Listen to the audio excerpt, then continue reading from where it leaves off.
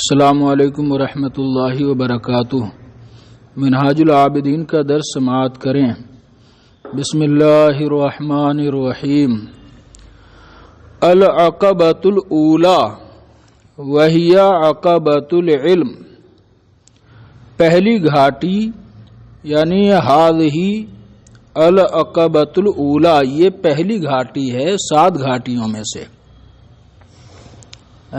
ہذہ العقبۃ الاولی من العقبۃ السبعہ، 7 گھاٹیوں میں سے یہ پہلی گھاٹی ہے۔ وہی عقبۃ العلم، اور یہ علم کی گھاٹی ہے۔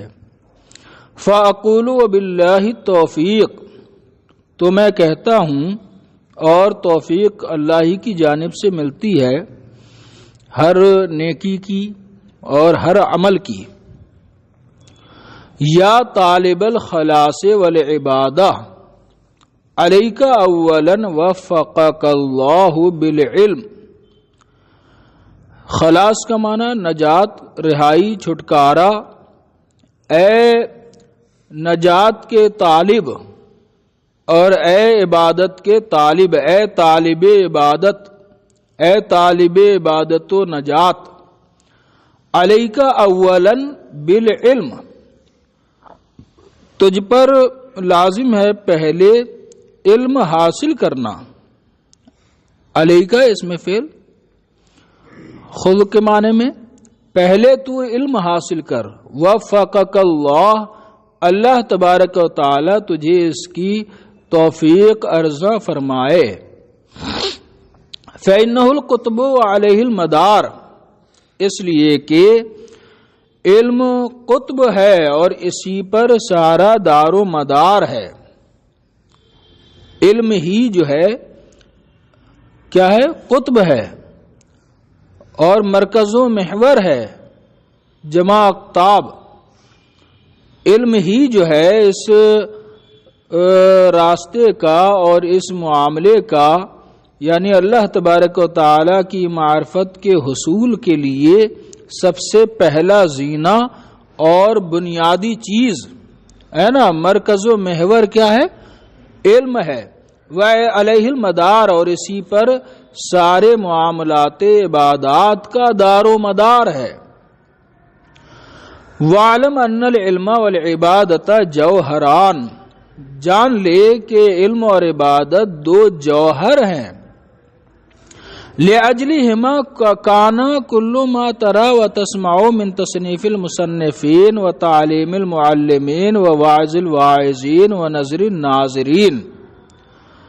لِأَجْلِهِمَا، انہی دونوں کی وجہ سے، کانا ہوا، انہی دونوں کی وجہ سے، علم و عبادت کی وجہ سے ہوا، کُلُّ مَا تَرَى، جو کچھ تو دیکھتا ہے، سنتا ہے، ماں کا بیان من یعنی مصنفین کی تصنیف اور معلمین کی تعلیم اور واعظین کا وعظ اور غور و فکر کرنے والوں کی نظر، اہل نظر کی نظر، سب کچھ جو ہے انہی دونوں کی وجہ سے ہوتا ہے۔ یہ دونوں جس کے اندر ہیں تو وہ مصنف بن جاتا ہے اور معلم بن جاتا ہے، واعظ بن جاتا ہے نا، مقرر و خطیب بن جاتا ہے۔ لِأَجْلِهِمَا، انہی دونوں کی وجہ سے ہوتا ہے، ہوا جو کچھ آپ دیکھتے ہیں اور سنتے ہیں، جیسے کہ مصنفین کی تصنیف، معلمین کی تعلیم ہے نا، اور واعظین کا وعظ، ٹھیک ہے، اہل نظر کی نظر، غور و فکر کرنے والوں کی فکر و نظر، یہ تمام انہی دونوں کی وجہ سے ہوتی ہے۔ بل لأجلهما انزلت الكتب وارسلت الرسل بل لأجلهما خلقت السماوات والارض وما فيهما من الخلق، بلکہ انہی دونوں کی وجہ سے کتابیں نازل کی گئیں۔ علم و عبادت ہی تو مقصود تھا جو اللہ نے آسمانی کتابیں نازل فرمائیں کہ عبادت کا طریقہ سکھایا جائے، اس کا علم دیا جائے، بلکہ انہی دونوں کی وجہ سے کتابیں نازل کی گئیں اور رسولان اعظام بھیجے گئے۔ بل لأجلهما خلقت السماوات والارض وما فيهما من الخلق، بلکہ انہی دونوں کی وجہ سے آسمان و زمین اور ان کے درمیان کی مخلوق پیدا کی گئی، علم اور عبادت کی وجہ سے، جیسا کہ ارشاد خداوندی ہے وما خلقت الجن والانس الا لیعبدون، اور عبادت کے لیے علم ضروری ہے۔ جب تک عبادت کیسے کی جائے، کیا طریقہ ہوگا، کیا پڑھا جائے گا، ہے نا، جب تک اس کا علم حاصل نہیں ہوگا عبادت کیسے کر پائے گا۔ فتأمل آیتین فی کتاب اللہ عز وجل، تو غالب اور جلیل الشان، عظیم الشان، جلیل القدر اللہ کی کتاب میں کی دو آیتوں میں غور کر، احداہما قولہ تعالی، ان دونوں آیتوں میں سے پہلی آیت یہ فرمان باری تعالی ہے، اعوذ باللہ من الشیطان الرجیم، بسم اللہ الرحمن الرحیم، اللہ الذی خلق سبع سماوات ومن الارض مثلہن یتنزل الامر بینہن لتعلموا ان اللہ علی کل شیء قدیر وان اللہ قد احاط بکل شیء علما۔ پہلا قول یہ ہے کہ اللہ ہی ہے جس نے ساتوں زمینیں اور ان کے ساتوں آسمان اور ان کے برابر زمینیں تخلیق فرمائیں، وَمِنَ الْأَرْضِ مِثْلَهُنْ، اور ان کے برابر زمینیں تخلیق فرمائیں، 7 آسمان 7 زمینیں، يَتَنَزَّلُ الْأَمْرُ بَيْنَهُنْ، سارے احکام اللہ کے ان دونوں کے درمیان، ان سب کے درمیان نازل ہوتے ہیں۔ بینہن میں ہن ضمیر کے در راجع ہے، آسمان و زمین سب کی طرف، ساری مخلوقات کی طرف اللہ کے احکام نازل ہوتے ہیں، لتعلموا ان اللہ علی کل شیء قدیر، تاکہ تم جان لو کہ اللہ تبارک و تعالی ہر چیز پر قادر ہے، اور یہ کہ اللہ تبارک و تعالی نے اپنے علم سے ہر چیز کا احاطہ فرما لیا ہے، ہر چیز کا احاطہ فرما لیا ہے، ہر چیز کا اسے علم ہے۔ تو اس میں پہلی آیت یہ ہے، اس میں دیکھیے یہ بتایا کہ اللہ نے آسمان و زمین پیدا فرمائے، تو پھر ان کے درمیان وہ احکام نازل فرماتا ہے تاکہ تم جان لو کہ اللہ ہر چیز پر قادر ہے۔ تو یہ علم توحید ہوا۔ اس سے کیا معلوم ہوا؟ علم توحید کہ ایک ذات گرامی ایسی ہے جس نے آسمان و زمین پیدا فرمایا اور اسی کا حکم چلتا ہے ان کے درمیان، اور وہی جو ہے سب پر قادر ہے، ہر چیز پر کیا ہے، وہ قادر ہے، جیسا چاہے تصرف فرمائے۔ یہ معلوم ہوا نا، علم توحید اس سے معلوم ہوا۔ وَكَفَى بِهَذِهِ الْآيَةِ دَلِيلًا عَلَى شَرَفِ الْعِلْمِ لَا سِيَّمَا علم التوحید۔ یہ آیت کریمہ کافی دلیل ہے علم کی شرافت پر، علم کی فضیلت پر، یہ کافی دلیل ہے آیت کریمہ، ہے نا، کہ اللہ تبارک و تعالیٰ نے اپنے علم سے ساری چیزوں کا احاطہ فرما لیا ہے، علم کی فضیلت اس سے ثابت ہوتی ہے۔ اور یہ بھی فرمایا کہ اللہ نے آسمان و زمین سے پیدا فرمائے، احکام ان میں نازل فرمائے تاکہ تم جان لو، تو علم کا اس میں حکم بھی دیا گیا ہے نا، علم کا حکم بھی ہے تاکہ تم علم رکھو۔ تو علم کی فضیلت پر یہ آیت کریمہ کافی دلیل ہے، خاص کر علم توحید کی فضیلت پر، کہ اللہ نے جو ہے آسمان و زمین پیدا فرمائے اور حکم نازل فرماتا ہے، ہر چیز پر قادر ہے۔ تو یہ اس سے توحید کا، یعنی ایک ذات ایسی ہے کہ جس کے احکام چلتے ہیں ساری مخلوق پر، اور جس نے سب کو پیدا فرمایا ہے، یہ علم توحید اس سے معلوم ہوا۔ وَالثَّانِيَةُ، اور دوسری آیت کریمہ قولہ جل من قائل، اس کا قول ہے جلا، جو بزرگو برتر ہے، جلیل القدر ہے، من قائل یعنی اس کا قائل۔ اس کی ترکیب دیکھ لیں تاکہ سمجھ میں آ جائے۔ وہ ثانیہ مبتدا ہے، اور قولہ بترکیب قول و مضاف ہو ضمیر ذوالحال، ہو ضمیر ذوالحال، اور جلا فعل ہوا ضمیر اس کا فاعل پورا جملہ ہو کر کیا بنے گا؟ جلا میں پہلے ہوا ضمیر جو ہے یہ ممیز، جلا کون جلیل القدر ہے؟ آگے ہے من قائل یعنی قائل، تو من قائل یہ جار مجرور سے مل کر اس کی تمیز جلا میں ہوا ضمیر کی ہے نا، ممیز تمیز سے مل کر پھر یہ جلا کا فاعل، اور اس کے بعد فعل اپنے فاعل سے مل کر ہو ضمیر کا حال ذوالحال حال سے مل کر مضاف الیہ قولو مضاف کا مضاف مضاف الیہ سے مل کر خبر۔ دوسری آیت کریمہ اس باری تعالی کا قول ہے، فرمان ہے، جو جلیل القدر ہے یعنی قائل، یعنی جس کا قائل جلیل القدر ہے۔ سیدھا ترجمہ کیا ہوگا سلیس؟ دوسری آیت کریمہ جلیل البزرگ و برتر قائل کا یہ قول ہے،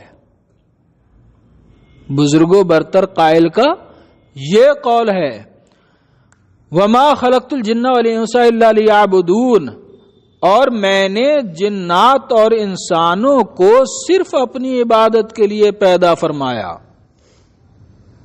اللہ حسر کے لیے پیدا نہیں فرمایا مگر تاکہ میری عبادت کریں، الا لیعبدوننی، یعبدون ہونا چاہیے نا، جمع کا صیغہ ہے تو یہ نون پر کسرہ کیوں آیا؟ فتح آنا چاہیے، یعبدوننی، ٹھیک ہے نا، تو یہ نون وقایا ہے جو نی میں ہے، یعبدوننی، نون جمع حذف ہو گیا اس لیے کہ لام کہ ہے جو نون اعرابی کو گرا دیتا ہے نا، اور یہ نون وقایا ہے، اور یا بھی ضمیر تھی اس کے ساتھ وہ گرا دی گئی تخفیفاً، یا ضمیر کو تخفیفاً گرا دیا جاتا ہے، ٹھیک ہے نا۔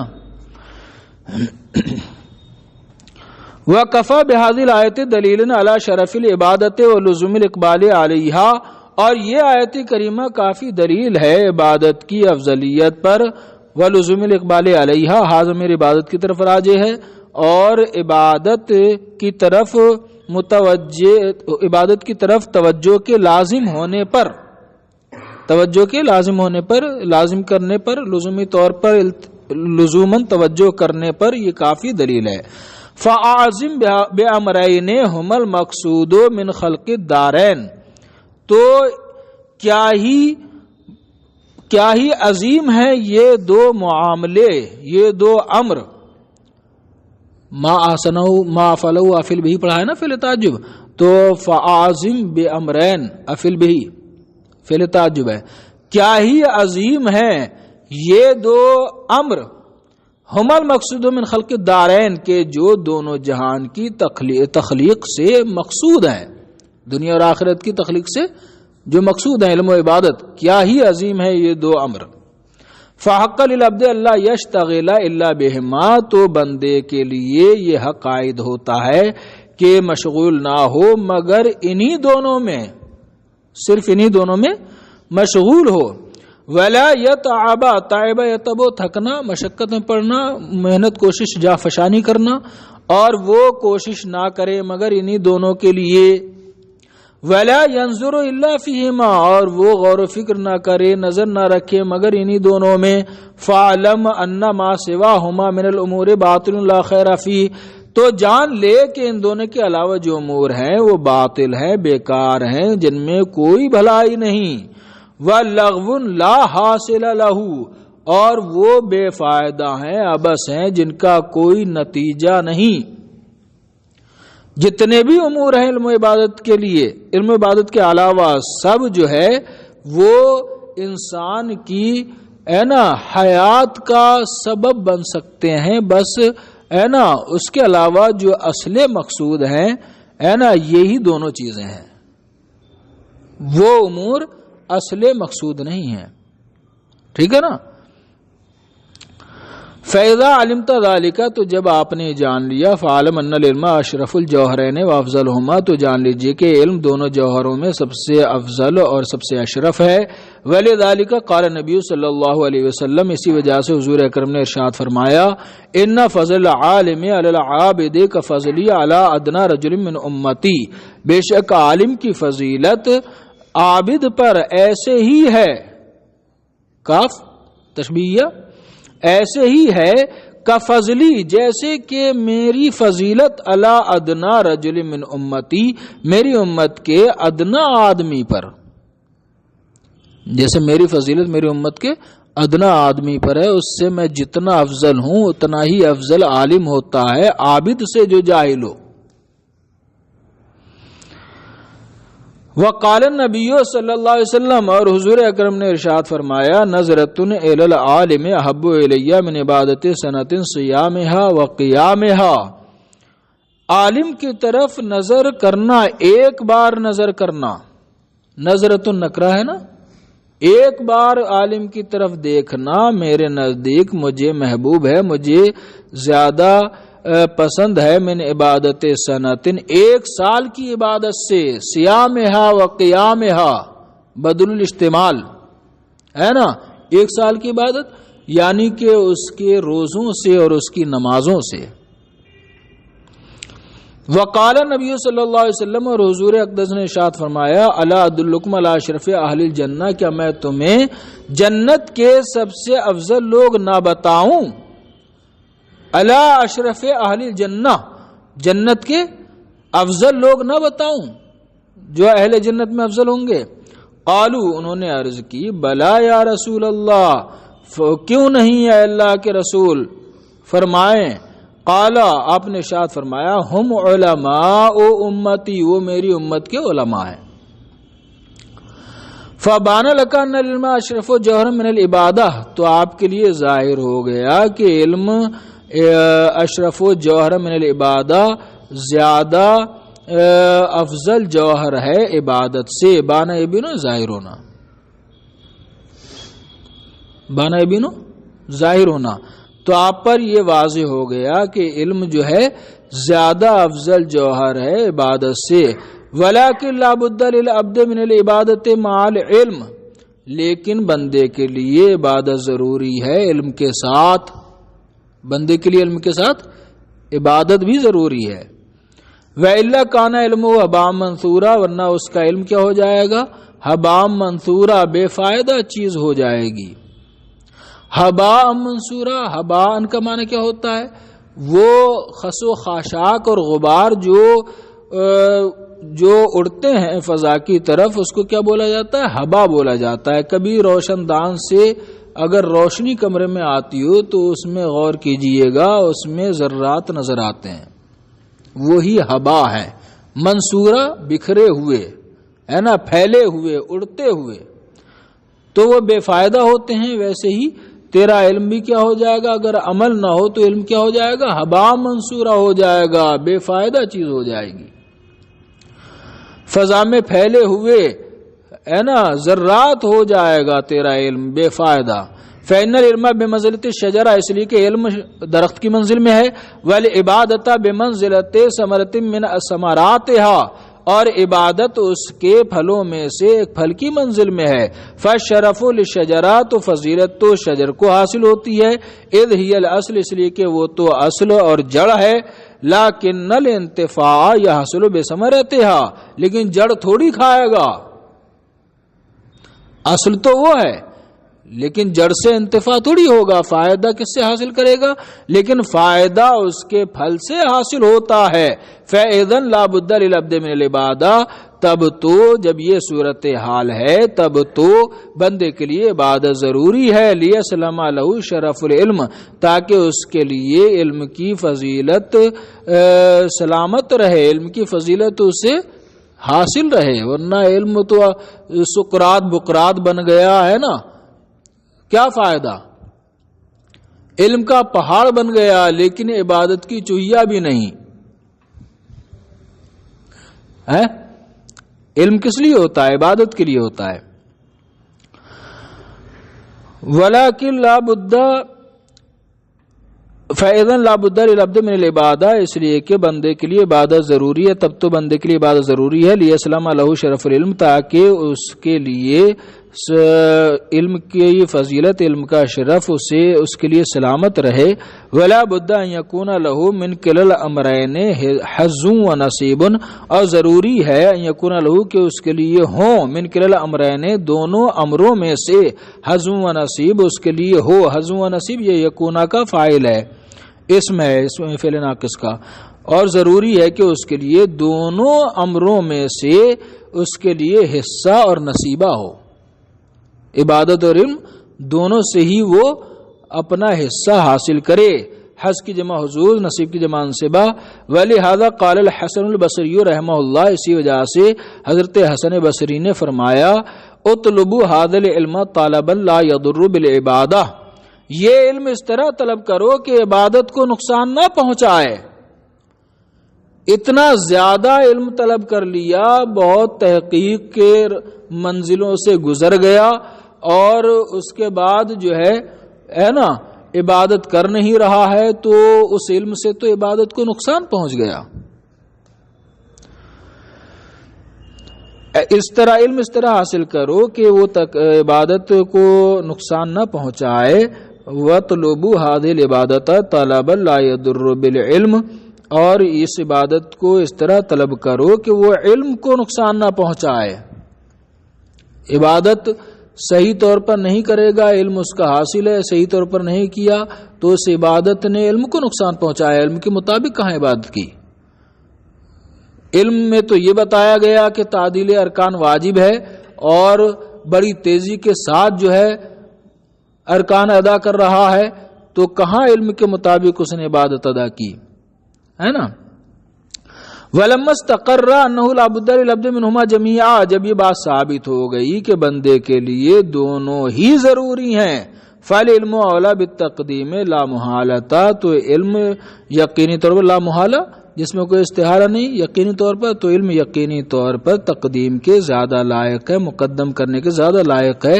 پہلے علم حاصل کرنا ضروری ہے. لِأَنَّهُ الْأَصْلُ وَالدَّلِيلُ، اس لیے کہ وہی تو اصل اور ماخذ ہے، اور وہی جو ہے سرچشمہ ہے، والدلیل، اور وہی رہنما ہے.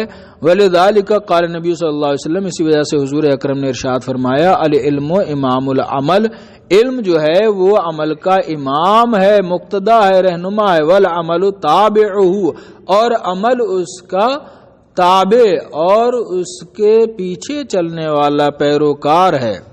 علم اس کی فرع ہے، عمل اس کی فرع ہے. وَإِنَّمَا صَارَ الْعِلْمُ اصلاً مطبوعا، اور یقیناً علم ہو گیا اصل اور رہنما. مطبوع جس کی اتباع کی جائے، اصل اور رہنما ہو گیا، رہبر ہو گیا.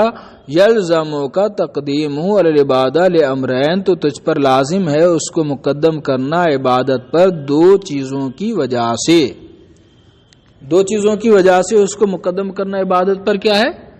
ضروری ہے.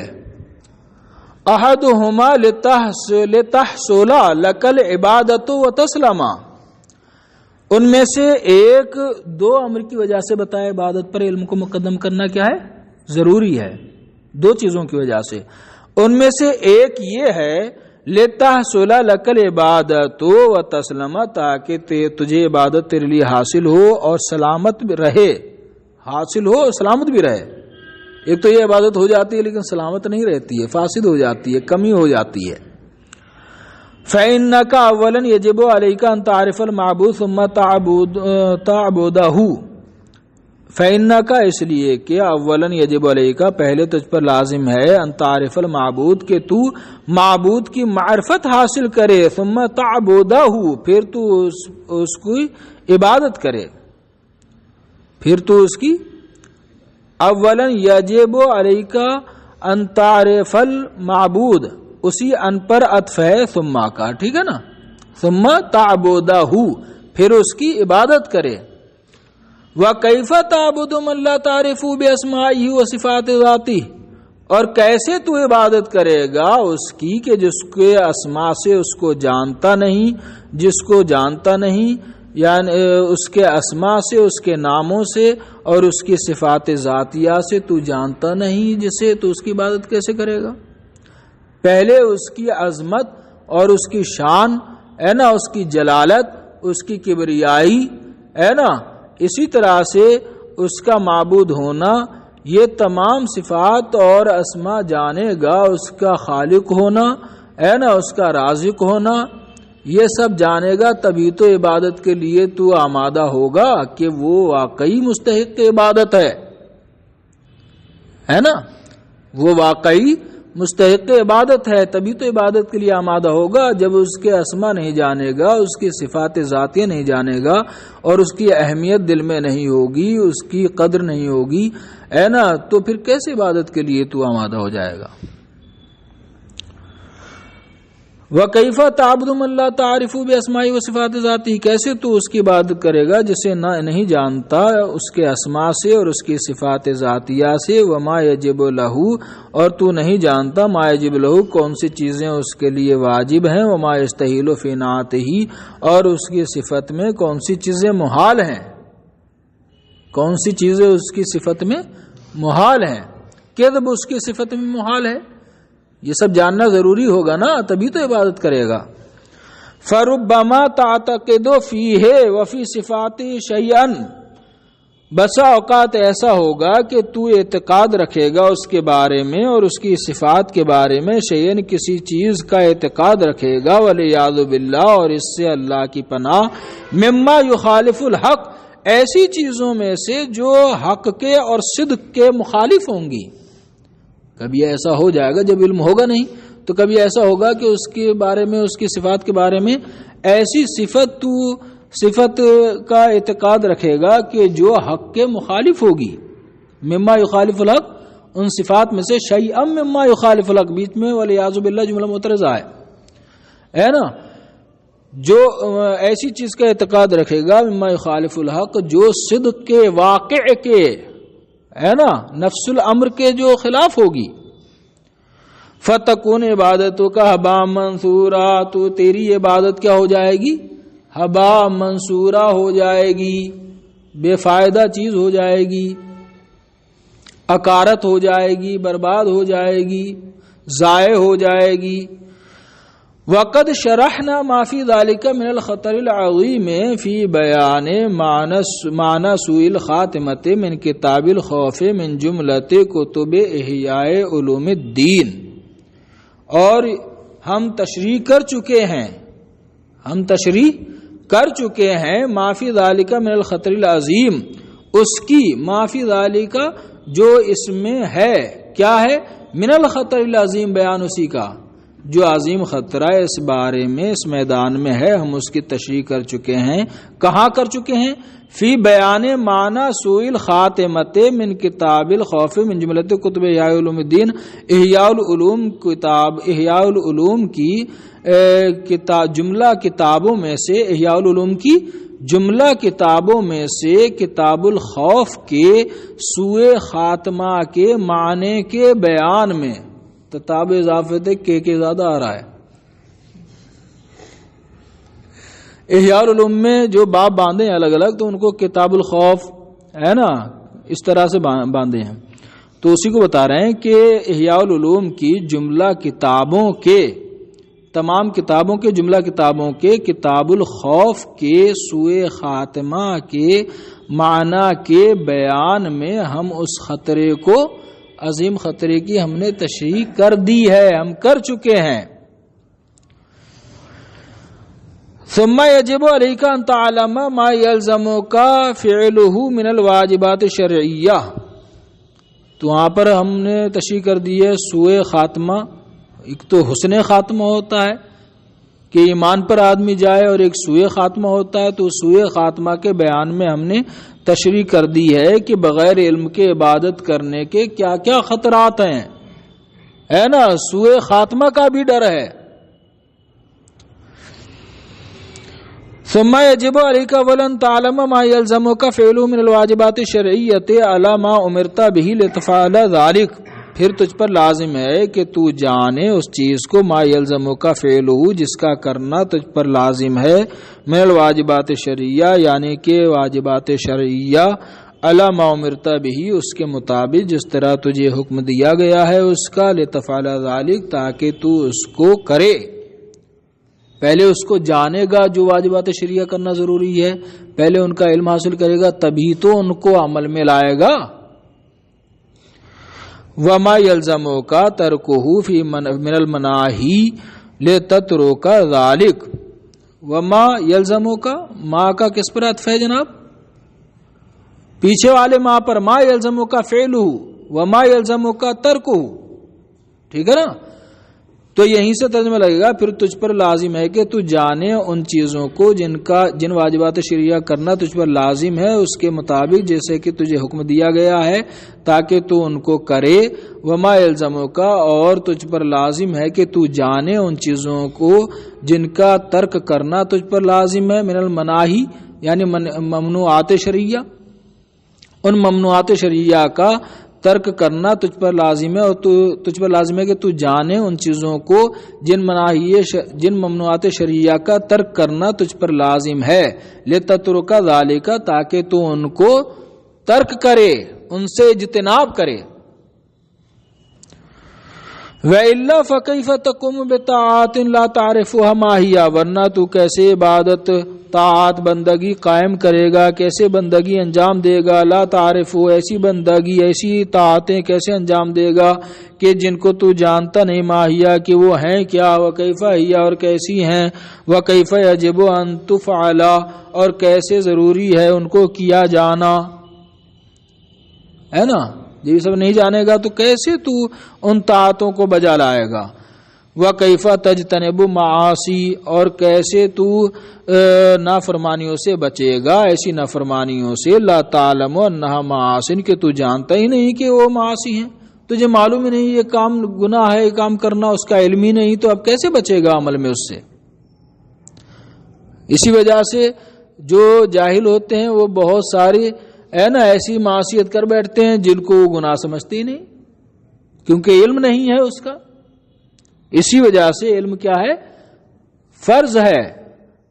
سمجھ بات آ رہی نا؟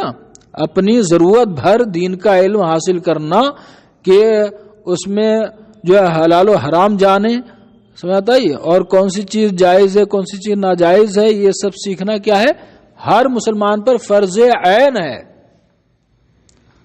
پورا عالم بننا فرض کفایہ ہے۔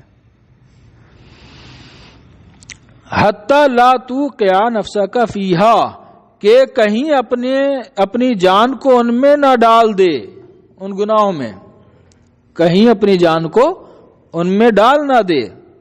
فالعبادات شریعتوں کا طہارت و صلاۃ و صوم وغیرہا یجب ان تعلمها باحکامها و شرائطها حتی تقیمها، تو عبادات شرعیہ جیسے کہ طہارت، صلاۃ، نماز، روزہ وغیرہ، یجب ان تعلمها باحکامها، ضروری ہے کہ تو ان کو جانے ان کے احکام کے ساتھ اور ان کے شرائط کے ساتھ، حتی تقیمہ، تاکہ تو ان کو بجا لائے۔ فربما انت مقیم علی شیء سنین وازمانا مما یفسد علیک طہارتک وصلواتک اور یخرجہما عن کونہما واقعتین علی وفاق السنہ وانت لا تشعر بذلک وربما یعترض لک مشکل ولا یتجد من تسأل عن ذلک وانت ما تعلمتہ۔ فربما، بسا اوقات ایسا ہوگا، کبھی ایسا ہوگا، انت مقیم علی شیء سنین، کہ تو پابندی کرے گا کسی چیز کی سالوں سال، و ازمان اور عرصہ دراز تک کسی چیز پر تو کاربند رہے گا، ہے نا، عرصہ دراز تک، کئی سالوں سال، مما یفسد علیک طہارتک، ایسی چیز پر کہ جو تجھ پر تیری طہارت فاسد کر دے گی، تجھ پر تیری طہارت فاسد کر دے گی۔ معلوم ہی نہیں کہ خنزیر نجس العین ہے، علم حاصل نہیں، اور سالوں سال جو ہے اس کو پالتا رہا، ہے نا، اس سے جسم اپنا لگاتا رہا، ٹھیک ہے نا، اور اس سے ناپاک ہوتا رہا اور معلوم ہی نہیں۔ اسی طرح سے کوئی بھی ناپاکی ہے، کپڑا ناپاک ہو جاتا ہے، جسم ناپاک ہو جاتا ہے، معلوم ہی نہیں، سالوں سال اسی پر عمل کر رہا ہے کہ اس سے ناپاک نہیں ہوتا ہوں، اس کو علم ہی نہیں، سالوں سال وہ قائم رہے گا کسی ایسی چیز پر سال سال تو قائم رہے گا کسی چیز پر، و ازمانن اور عرصہ دراز تک تو قائم رہے گا کسی ایسی چیز پر، مما یفسد علیک طہارت کا، ان چیزوں میں سے جو تجھ پر تیری طہارت کو فاسد کر دیں گی، و صلوات کا، اور تیری نماز کو فاسد کر دیں گی، اور یخرجہما عن کونہما واقعاتین علی وفاق سنہ، یا وہ چیز ان دونوں کو یعنی طہارت اور نماز کو خارج کر دے گی، وہ چیز جس پر تو قائم ہے خارج کر دے گی، ان کونہما واقعاتین، کہ کس بات سے خارج کر دے گی؟ ان دونوں کے سنت کے مطابق انجام پذیر ہونے سے وہ چیز ان دونوں کو نکال دے گی، یا ایسی چیز پر تو قائم رہے گا سالو سال کہ جو ان دونوں کو یخرجہما، ان دونوں کو نماز اور طہارت کو نکال دے گی، وہ چیز کس سے نکال دے گی؟ سنت کے مطابق ادا ہونے سے، ان کونہما واقعاتین ہے نا علی وفاق سنہ، ان دونوں کو سنت کے مطابق انجام پذیر ہونے سے نکال دے گی، یعنی تجھے معلوم نہیں خلاف سنت کام کر رہا ہے۔ وانتا لا تشعر بذلک، اور تجھے اس کا احساس ہی نہیں ہوگا، تو پتہ چلا کہ 40 سال کی عبادت رائے گا علم نہ ہونے کی وجہ سے، سمجھ آئی؟ وَرُبَّمَا يَعْتَرِضُ لَكَ مُشْكِلٌ، اور کبھی ایسا ہوگا کہ تجھ پر کوئی مشکل پیش آئے گی، وَلَا تَجِدُ مَن تَسْأَلُ عَن ذَلِكَ، اور تو نہیں پائے گا ایسے شخص کو جس سے تو پوچھے اس کے بارے میں، وَأَنْتَ مَا تَعَلَّمْتَهُ، اور تو خود جانتا ہی نہیں اس کے بارے میں۔ کبھی ایسا ہوگا نہ مل سکے تجھے کوئی بتانے والا عالم، اور تو خود جانتا بھی نہیں، اور وہ مشکل پیش آ گئی کہ اس طرح وضو ٹوٹے گا یا نہیں ٹوٹے گا، دانت سے خون نکل آیا، پھوڑا پھنسی کو کھجا لیا اس میں سے پانی نکل آیا، نہ خود جانتا ہے نہ کسی کو پا رہا ہے، اس لیے علم حاصل کرنا ضروری ہے عبادت سے پہلے۔ یہیں پر آج کا سبق مکمل کیا جاتا ہے۔